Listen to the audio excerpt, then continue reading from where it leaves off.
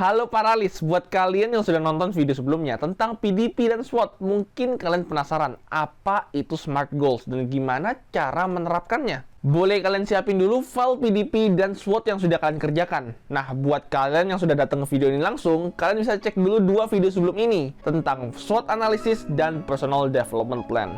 Setelah kita sudah mengetahui apa yang menjadi kelebihan, kekurangan, ancaman, dan peluang kita, sudah saatnya kita membuat goals yang smart. Oke, seperti biasa, jangan lupa ikutin video ini sampai habis supaya kalian bisa membuat tujuan yang smart.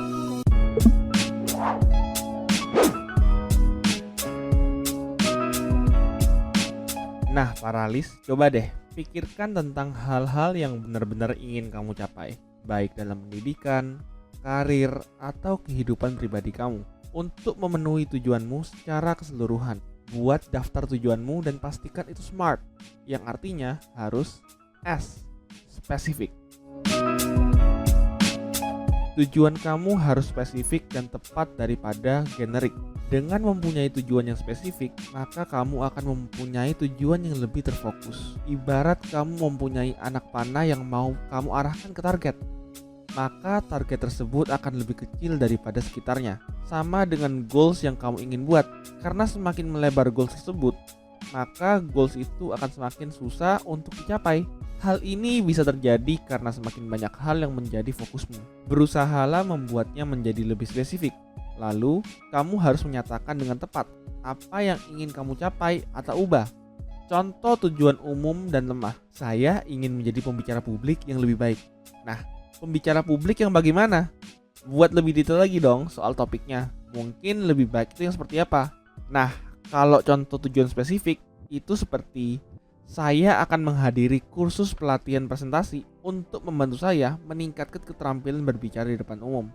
Karena saya kurang percaya diri di bidang ini dan itu menghambat saya. Yang kedua, M, measurable. Memiliki tujuan yang dapat diukur akan membuatnya lebih mudah untuk dilacak dan dicapai. Misalnya, saya akan membandingkan 3 kursus yang berbeda dari topik dan harga. Nah, saya akan mendaftar di kursus yang saya pilih dalam waktu 1 bulan. Yang ketiga, A, achievable. Tujuan kamu itu harus realistis dan dapat dicapai. Tanyakan pada diri sendiri apakah kamu dapat mencapainya dalam jangka waktu tertentu. Misalnya, saya ingin menghabiskan membaca 30 buku habis dalam 1 hari. Tujuan tersebut sudah bagus, tapi gak bisa dicapai karena waktunya terlalu singkat.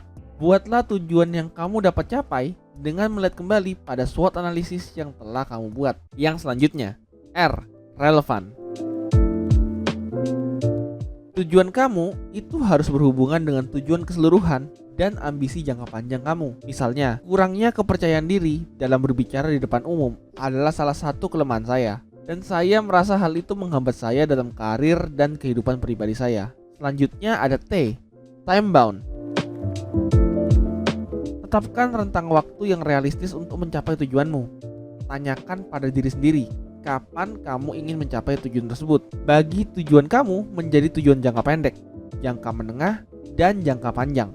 Misalnya, saya akan menyelesaikan kursus saya dalam 3 bulan ke depan. Saya juga akan mengevaluasi apakah itu telah meningkatkan keterampilan berbicara di depan umum saya. Memiliki tujuan yang smart akan memudahkan kamu untuk mencapainya dan memperbarui PDP-mu setelah kamu menyelesaikannya.